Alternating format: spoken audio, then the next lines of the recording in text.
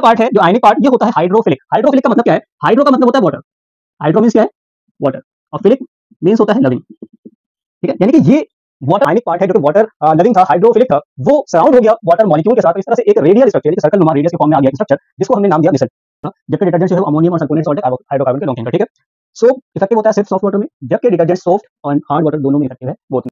Hello बच्चों, welcome to reference classes. उम्मीद करता हूं कि आप लोग ठीक से पढ़ाई कर रहे होंगे। और हम जो चैप्टर कर रहे थे कार्बन एंड इट्स कंपाउंड, इसका and lecture, in last lecture हम आज डिस्कस करेंगे, जिसका जो हमारा टॉपिक है वो है सोप एंड डिटर्जेंट्स। क्या है? Soap and detergent. तो सबसे पहले हम स्टडी करेंगे सोप के बारे में, इसके बारे में, सोप के बारे में। चलिए देखिए, तो सोप जो है एक long chain of carboxylic acid का सॉल्ट है। आपको अगर पिछले लेक्चर्स में या पिछले वीडियोस में आपको एक रिएक्शन याद हो कि हमने नाम दिया था एक रिएक्शन का, जिसको कहा था हमने सैपोनिफिकेशन रिएक्शन। क्या कहा था भाई? Saponification reaction.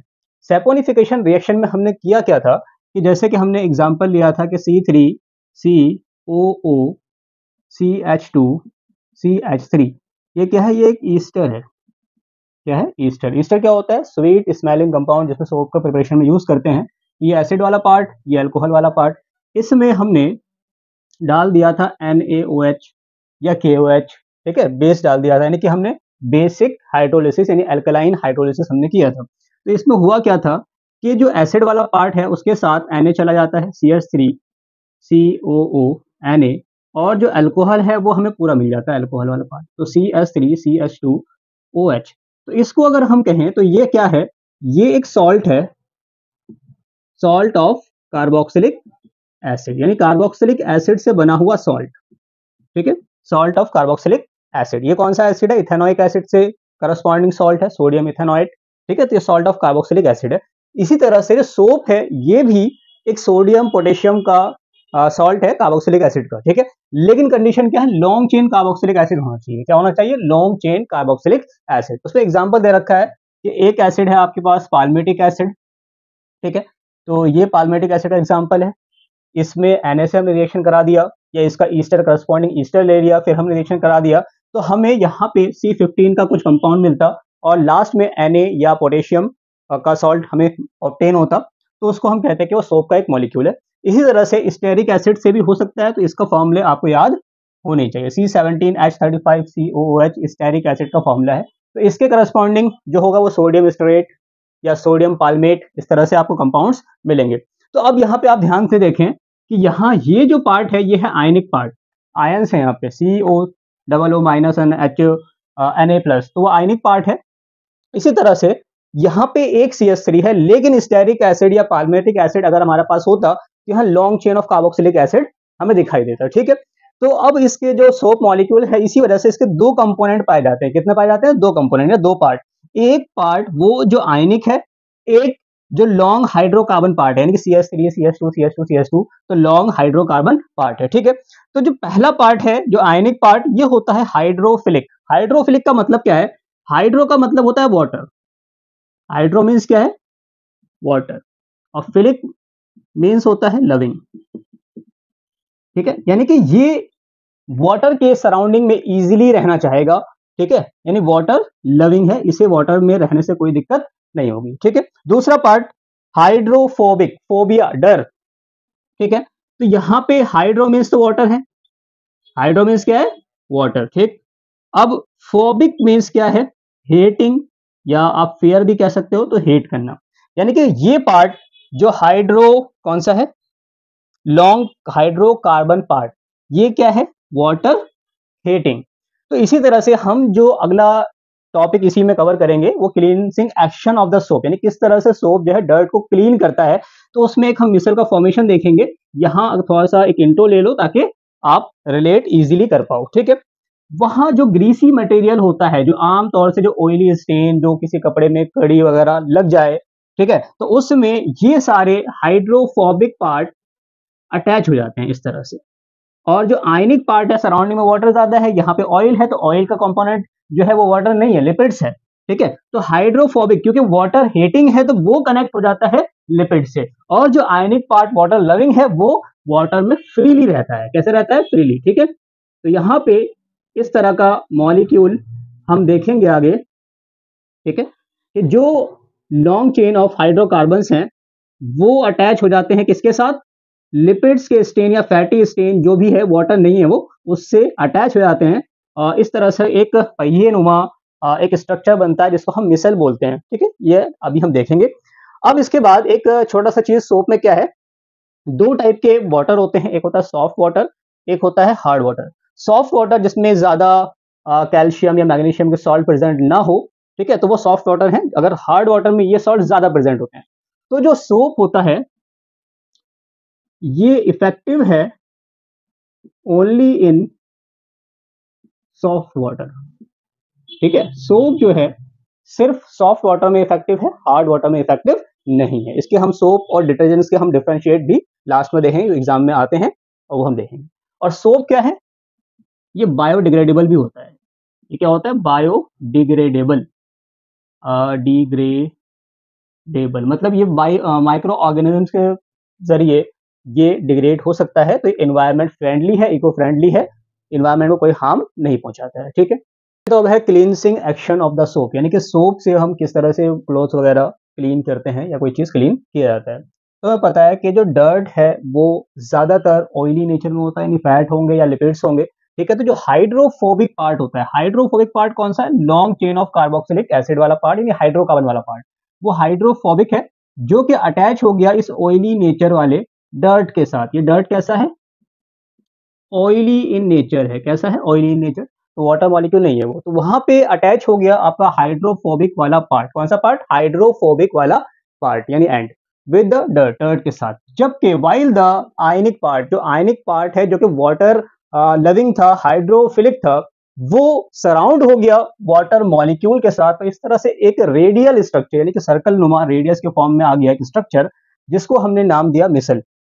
इस स्ट्रक्चर का नाम क्या है, मिसल नाम है। अब जब एक मिसल और वाटर मॉलिक्यूल का एक इमल्जन क्रिएट हो गया, ठीक है, सोप मॉलिक्यूल के साथ, तो अब जब क्लोथ को हम मैकेनिकली यानी हाथ से या किसी वॉशिंग मशीन में रोटेट एजिटेट करके घुमा के या धोबी जैसा जो धोबी पछाड़ देते हैं उस तरह से जब मैकेनिकली एजिटेटेड हम उसको रब करेंगे, तो ये जो मॉलिक्यूल्स है इस डर्ट को से सेपरेट होगी, जिससे क्या होगा, ये डर्ट के थोड़े थोड़े हिस्से सारे मॉलिक्यूल सेपरेट कर लेंगे और जो क्लोथ है वो क्या हो जाएगा, क्लीन हो जाएगा। तो ये एक्शन है सोप का कि इस तरह से वो जो क्लोथ है उससे ऑयली नेचर या ग्रीसी नेचर जो भी चीज है उसको क्लियर कर देता है। हमने अभी थोड़ी देर पहले देखा था कि जो सोप है ये इफेक्टिव होता है only in soft water, only in soft water. भाई सॉफ्ट वाटर एक और दूसरा वाटर है हार्ड वाटर। अब हार्ड वाटर में इफेक्टिव नहीं होता है, तो पहले सॉफ्ट वाटर और हार्ड वाटर में डिफरेंसेस क्या हैं ये देखते हैं। ठीक है, तो एक देख लेते हैं, यहीं पे हो जाएगा। हार्ड वाटर में आप ध्यान रखें, हार्ड वाटर में काफी ज्यादा क्वांटिटी में कैल्शियम एंड मैग्नीशियम के सॉल्ट प्रेजेंट होते हैं। ठीक है, ये हार्ड वाटर में प्रेजेंट होता है। अगर कोई हार्ड वाटर और सॉफ्ट वाटर में डिफरेंस पूछे तो हार्ड वाटर में कैल्शियम और मैग्नीशियम के सॉल्ट ज्यादा होते हैं, जबकि सॉफ्ट वाटर में ऐसा कुछ नहीं होता है। ठीक है, तो एक स्ट्रक्चर होता है या एक कंपाउंड है जिसको हम स्कम कहते हैं। स्कम जो अगर हम किसी कपड़े को साबुन से धोते हैं या किसी चीज से वॉश करते हैं तो एक गदलापन सा आता है, ठीक है, उसको स्कम बोलते हैं। तो होता क्या है, जब हार्ड वाटर में सोप का यूज किया जाए, ठीक है, in hard water there is calcium and there is calcium and magnesium salt which react, जो कि क्या करते हैं, रिएक्ट करते हैं सोप मॉलिक्यूल के साथ। या किसके साथ रिएक्ट करते हैं, सोप मॉलिक्यूल के साथ, और एक स्ट्रक्चर बनाते हैं जिसको हम कहते हैं स्कम, टू प्रोड्यूस स्कम। ठीक है, तो स्कम क्या है कि जब सोप मॉलिक्यूल हार्ड वाटर में कैल्शियम और मैग्नीशियम सॉल्ट के साथ रिएक्ट करके एक स्ट्रक्चर बनाते हैं, इसको हम स्कम कहते हैं। ये वही गदलापन जो बोलते हैं उसको हम, और ये ऑब्स्ट्रक्ट करता है यानी कि रुकावट पैदा करता है, obstruct in cleansing action of soap. ठीक है, अब क्योंकि हमने देखा भाई अगर वो कपड़े धोने हैं तो हार्ड वाटर भी होगा सॉफ्ट वाटर भी होगा, तो उसमें हार्ड वाटर में सोप तो इफेक्टिव नहीं है, तो इफेक्टिव क्या होगा, तो उसके लिए हम जाते हैं फिर डिटर्जेंट के पास कि डिटर्जेंट के कौन से मॉलिक्यूल्स एक्शन ऑफ सोप। ठीक है, तो अब पढ़ेंगे हम डिटर्जेंट्स। तो डिटर्जेंट्स जो है ये हमारा अमोनियम या फिर सल्फोनेट सॉल्ट है, किसका, हाइड्रोकार्बन का, लॉन्ग चेन हाइड्रोकार्बन का। जबकि जो सोप था वो कार्बोक्सिलिक एसिड का सॉल्ट था, ये सल्फोनेट या अमोनियम का साथ उसका सॉल्ट है। ठीक है, ये जो हमारा जो ड्रॉबैक था सोप का कि हार्ड वाटर में इफेक्टिव नहीं था, ये हार्ड वाटर में भी इफेक्टिव होता है। ठीक है, अब इसके बाद हम डिफरेंस देखेंगे, difference between soap and detergents, जो एग्जाम में काफी पूछा जाने वाला सवाल है, पूछे जाने वाला, इसको अच्छे से कर लेंगे। ठीक है, तो difference between soap and detergents, जो सोप है वो सोडियम पोटेशियम सॉल्ट है कार्बोक्सिलिक एसिड का, जबकि डिटर्जेंट्स जो है वो अमोनियम और सल्फोनेट सॉल्ट है हाइड्रोकार्बन के लॉन्ग चेन का। ठीक है, सोप इफेक्टिव होता है सिर्फ सॉफ्ट वाटर में, जबकि डिटर्जेंट सॉफ्ट और हार्ड वाटर दोनों में इफेक्टिव है, बोथ में इफेक्टिव है। ठीक है, कंप्लीटली बायोडिग्रेडेबल होता है सोप, जबकि ये बायोडिग्रेडेबल नहीं होता, इस वजह से ये इन्वायरमेंट फ्रेंडली नहीं है, नॉट इन्वायरमेंट फ्रेंडली, और सोप जो है वो इन्वायरमेंट फ्रेंडली है। तो इस तरह से तीन डिफरेंस आप अच्छे से याद कर लेंगे, एग्जाम के लिए इंपॉर्टेंट क्वेश्चन बनता है। ठीक है, अब कुछ क्वेश्चंस देखते हैं। हमारा क्वेश्चन है what is homologous series and find the difference in molecular mass between two consecutive members of same homologous series. ठीक है, तो सबसे पहले इसका जो आंसर है वो देते हैं कि होमोलोगस सीरीज कहते किसे हैं, ये क्या है। तो होमोलोगस सीरीज एक सीरीज है कुछ कंपाउंड्स का, it is series of compounds of same functional group, same functional groups substitute hydrogen in carbon compounds, यानी कार्बन कंपाउंड्स में जो चीज है वो सेम रहना चाहिए, जो फंक्शंस है, जो ग्रुप है फंक्शन, वो सेम रहना चाहिए, उसी जैसे अगले मेंबर्स को हम कहते हैं, जो पूरी सीरीज बनेगी वो होमोलोगस सीरीज है। एग्जांपल कि एक हमारा कंपाउंड है CH4, क्या है, CH4, ये हमारा है मिथेन। ठीक है, इसके बाद मैंने कार्बन नंबर बढ़ा दिया, तो C2H6, इसका नाम क्या हो गया, इथेन। ठीक है, फिर एक और बढ़ा दिया, तो C3H8, इसका नाम क्या है, प्रोपेन। एक और चलते हैं आगे, तो ये हो गया हमारा C4H10, ये हो गया हमारा ब्यूटेन। तो देख रहे हैं कि सब में जनरल फॉर्मूला जो हमारा सेम है, एल्केन का है, तो ये एक होमोलोगस सीरीज हो गया। क्या हो गया, होमोलोगस सीरीज। किसका है, होमोलोगस सीरीज ऑफ एल्केन। किसका है ये, एल्केन का, जनरल फॉर्मूला एल्केन का पता है हमें। तो मिथेन, इथेन, प्रोपेन, ब्यूटेन, ये सारे इसके आगे भी जा सकते हैं, C5, C6, C7, जितना आप लिखना चाहो। तो क्वेश्चन इसमें ऐसे भी पूछे जा सकते हैं। तो सीधा क्वेश्चन आ गया कि होमोलोगस सीरीज क्या है और उनके बीच में कितना डिफरेंस है, तो वो हम देख रहे हैं। लेकिन क्वेश्चन ऐसे भी आ सकता है 1 मार्क्स में या एमसीक्यूज में, कि आपके पास एल्केन या एल्कीन का होमोलोगस सीरीज है, उसका थर्ड मेंबर कौन होगा या फोर्थ मेंबर कौन होगा या सेकंड मेंबर कौन होगा। अगर मैं इसमें थर्ड मेंबर पूछता हूं तो ये है प्रोपेन, तो आप प्रोपेन का नाम और उसका फॉर्मूला बनाएंगे। लेकिन अगर यही एल्कीन होता, जैसे कि ये C2H4, CnH2n होता है एल्कीन का जनरल फॉर्मूला, CnH2n, तो ये हमारा क्या है, इथीन। C3H6, ये क्या है, प्रोपीन। C4H8, ये क्या है, ब्यूटीन। ठीक, C5H10, पेंटीन। ठीक है, तो ये होमोलोगस सीरीज किसका है, एल्कीन का। अगर इसमें क्वेश्चन आए, इस पर्टिकुलर होमोलोगस सीरीज में क्वेश्चन इस तरह से भी आ सकता है कि right the name of third member of homologous series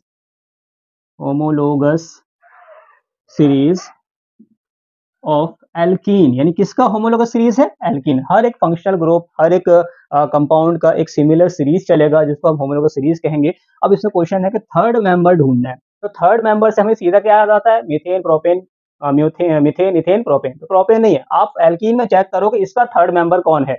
इसका फर्स्ट मेंबर इथीन है, मिथ से स्टार्ट ही नहीं होता, 2 कार्बन होने चाहिए एल्कीन के लिए, तो यहाँ स्टार्ट होता है इथीन से।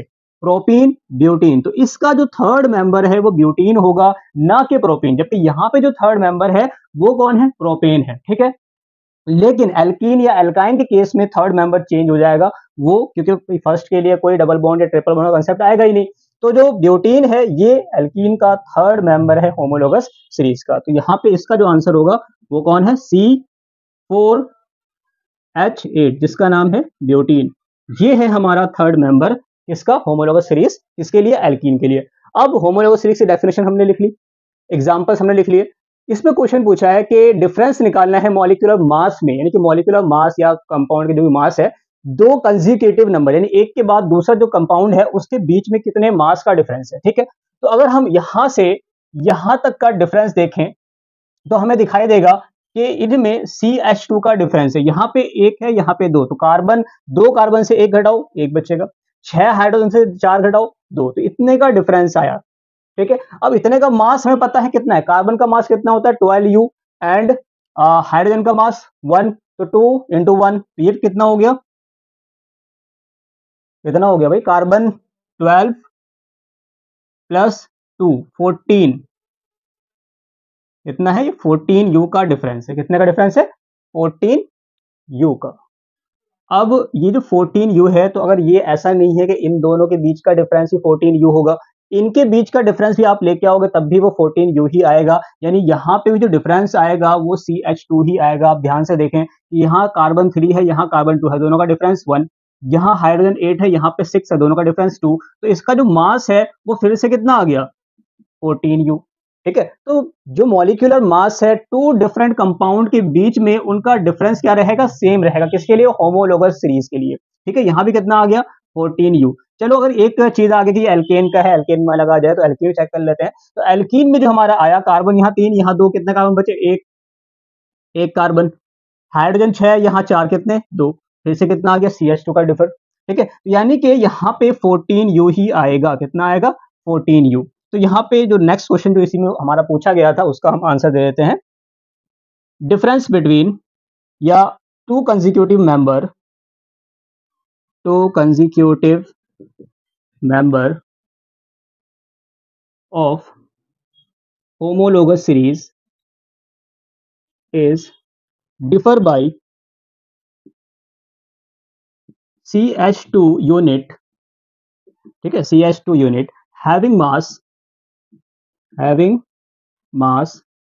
14U। तो कितना मास है इसका?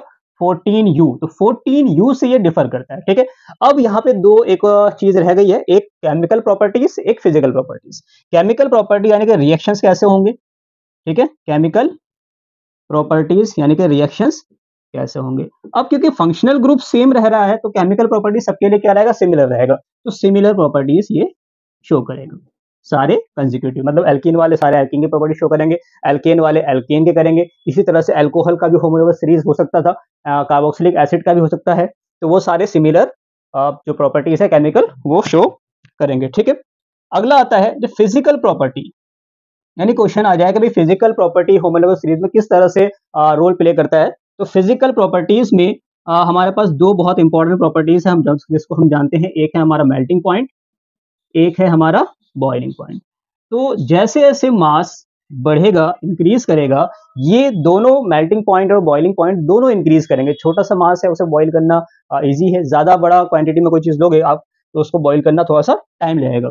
तो increase with increase in molecular mass, यानी कि पेंटेन का बॉइलिंग पॉइंट ज्यादा होगा, मेल्टिंग पॉइंट भी ब्यूटेन से, ब्यूटीन का ज्यादा होगा प्रोपीन से, प्रोपीन का ज्यादा होगा इथीन से। इसी तरह से ब्यूटेन का मेल्टिंग बॉइलिंग पॉइंट ज्यादा होगा, प्रोपेन का कम होगा इसके मुकाबले, और इस तरह से ये चीजें चलेंगी, ठीक है। नेक्स्ट क्वेश्चन हमारा कि हमें इनके स्ट्रक्चर्स बनाने हैं जो हम सीख चुके हैं ऑलरेडी, और जिनको डाउट है वो पीछे के लेक्चर्स जाके एक बार देख लें, ठीक है।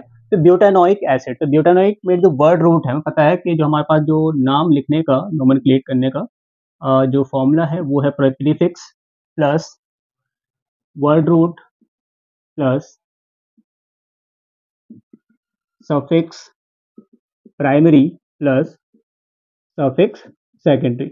जिन्होंने पीछे के लेक्चर्स नहीं देखे हैं वो जाके एक बार पीछे के लेक्चर्स देखें, तब क्वेश्चंस को अटेम्प्ट करने में आसानी होगी। ठीक है। तो ब्यूटानोइक एसिड, तो ब्यूटानोइक एसिड में जो वर्ड रूट है ब्यूट है, तो ब्यूट 4 कार्बन के लिए है, स्ट्रक्चर्स बनाने हैं तो 4 कार्बन कैसे दिखेगा, 1 2 3 4, ठीक है। ओइक एसिड, ठीक है, oic acid, oic acid represent कर रहा है फंक्शनल ग्रुप को, हमें पता है कौन सा है, कार्बोक्सिलिक एसिड के लिए आता है ओइक एसिड। तो इसको मैंने इस तरह से एंड में कार्बोक्सिलिक एसिड का फंक्शनल ग्रुप लगा दिया, क्योंकि एन था तो हर जगह सिंगल बॉन्ड है, सिंगल बॉन्ड यहाँ पे हमारे पास आ गए, ठीक है। बाकी जो वैलेंसी है वो हाइड्रोजन से हम कंप्लीट करेंगे, तो एक हाइड्रोजन 2, 1 2 1 2 और ये 3, ये स्ट्रक्चर किसका हो गया, ब्यूटानोइक एसिड का हो गया, ठीक है। नेक्स्ट है हमारा क्लोरोपेंटेन, तो इसमें वर्ड रूट आप देखो, वर्ड रूट पेंट का है, पेंट मतलब 5, ठीक है। कितने कार्बन, 5, तो 1 2 3 4 और ये 5 कार्बन हो गए। प्रीफिक्स में है क्लोरो, तो chloro functional group hetero atoms है जिसका प्रीफिक्स यूज करते हैं, तो क्लोरो का मतलब एक कार्बन पे Cl लगा हुआ है, ये कार्बन नहीं है, ये Cl यानी क्लोरीन है, तो क्लोरो लगा हुआ है। बाकी वैलेंसी हम किससे कंप्लीट करेंगे, हाइड्रोजन से, तो हाइड्रोजन से आप वैलेंसी कंप्लीट करो, हाइड्रोजन इधर भी, तो इस तरह से ये हाइड्रोजन यहाँ पे अटैच हो जाएंगे, और ये जो हमें स्ट्रक्चर मिलेगा इसका नाम क्या है, क्लोरोपेंटीन। जब आप खुद से ट्राई करेंगे तो ज्यादा अच्छे से प्रैक्टिस हो पाएगा।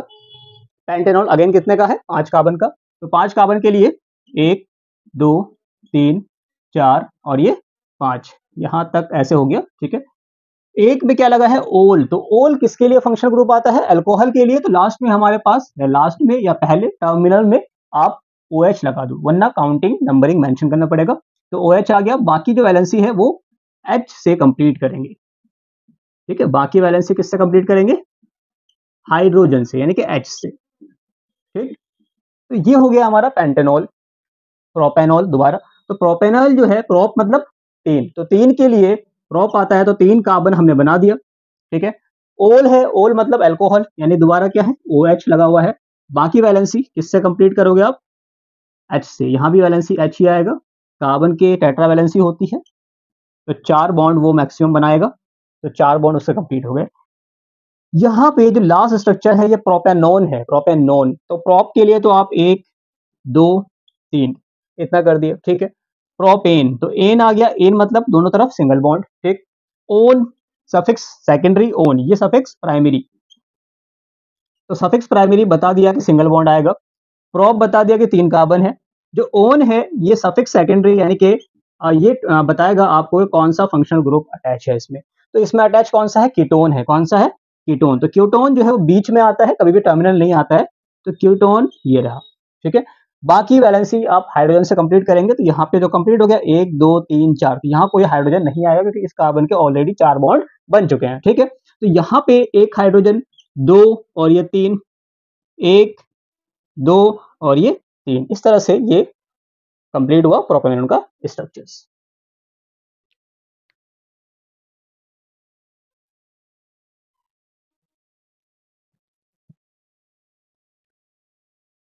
नेक्स्ट क्वेश्चन है हमारा, name the third homologue of alcohol, यानी कि इसका जो होमोलोगस सीरीज का अल्कोहल बनाना है और उसका थर्ड मेंबर का नाम बताना है। तो अल्कोहल का जो होमोलोगस सीरीज है वो कहाँ से स्टार्ट होगा, मीथेन से होगा या इथेन से होगा, तो देखते हैं। तो CH3OH ये फर्स्ट बन सकता है, तो ये मीथेन से स्टार्ट हो गया, तो फर्स्ट हमारा कौन है, मिथेनॉल। इसी तरह से C2H5OH ये क्या हो गया, इथेनॉल। C3H7OH ये क्या हो गया, प्रोपेनॉल, ठीक है। तो आपको आंसर मिल गया कि जो थर्ड होमोलोगस सीरीज है अल्कोहल का, उसका मेंबर कौन है, प्रोपेनॉल है, ठीक है। इस तरह से नेक्स्ट है हमारा इथाइन। इथाइन का जो पहला है 1 2 3 ये इथाइन है, इसका नाम क्या है, इथाइन। सॉरी यहाँ पे चेंज करते हैं, इथाइन का कैसे हो जाएगा, एल्काइन का होगा, कैसा होगा, एल्काइन का। तो फर्स्ट मेंबर कौन है हमारा, इथाइन। दूसरा CH3CCH ये क्या है हमारा, इथाइन, तो ये हो गया हमारा प्रोपाइन, ठीक है, 3 कार्बन है प्रोपाइन। तो फोर्थ 4 कार्बन के लिए CH2CH, तो ये हमारा क्या है, ब्यूटाइन।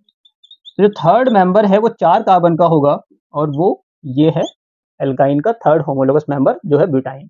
नेम द फॉलोइंग, ये सब भी हम कर चुके हैं पहले, तो देखते हैं इसका नाम क्या है, 1 2 3 4, 4 के लिए वर्ड रूट क्या आता है, ब्यूट आता है, अब यहाँ पे एक भी डबल बॉन्ड प्रेजेंट है तो उसके लिए हम एल्कीन लगाएंगे पूरे इसके लिए। अगर सारे सिंगल होते तो एल्केन लगाते, एन लगाते, अगर एक भी डबल बॉन्ड आ गया तो इन लगाएंगे। तो ये है ब्यूटीन। अब टर्मिनल है तो नंबरिंग की जरूरत नहीं है, तो इसका नाम क्या हो गया, ब्यूटीन हो गया। ठीक है, यहाँ पे ये जो नाम है इसमें सब में क्या है, सिंगल बॉन्ड है, यानी कि डबल बॉन्ड कोई नहीं है तो एन तो आएगा, लेकिन ये स्ट्रक्चर जो है साइकिल के फॉर्म में है, सर्कुलर फॉर्म में है। इसके लिए पहले हम लिखते हैं साइक्लो, फिर देखते हैं कितने कार्बन है, 6 कार्बन है, 6 के लिए आता है हेक्स, और सिंगल बॉन्ड है सब में तो एन, तो साइक्लोहेक्सेन, क्या नाम हो गया, साइक्लोहेक्सेन। अब यहाँ पे बताया था कि इसका जो नाम है साइक्लो, साइक्लो तो आएगा, ठीक है, हेक्स क्योंकि 6 कार्बन है, और डबल बॉन्ड एक से ज्यादा है तो हेक्सा। अगर पोजीशन चेंज चेक करेंगे 1 2 3 4 5 6, तो किस किस में है, 1 पे, 3 पे और 5 पे ट्राइन।